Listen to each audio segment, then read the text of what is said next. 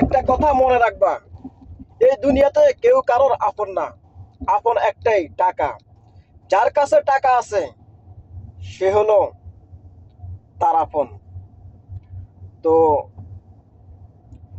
বেশি বেশি করে টাকা ইনকাম করেন, টাকা জমা করেন, দেখবেন সবাই এমনিতে আপনার আপন হইয়া থাকবে। আপনার কাছে 0 পয়েন্ট, আপন বলতে কেউ পাশে থাকবে না। ভাই, সময়টুকু কাজে লাগান। 1 টাকা, 5 টাকা, 2 টাকা যা পারুন কাছে রাখুন, সময়তে কাজে লাগবে। আপনার কাছে টাকা না থাকলে আপনার মা বাবা আপনার পাশে থাকবে না, তারাও আপনাকে পর করে দিবে। এটাই দুনিয়ার বাস্তব।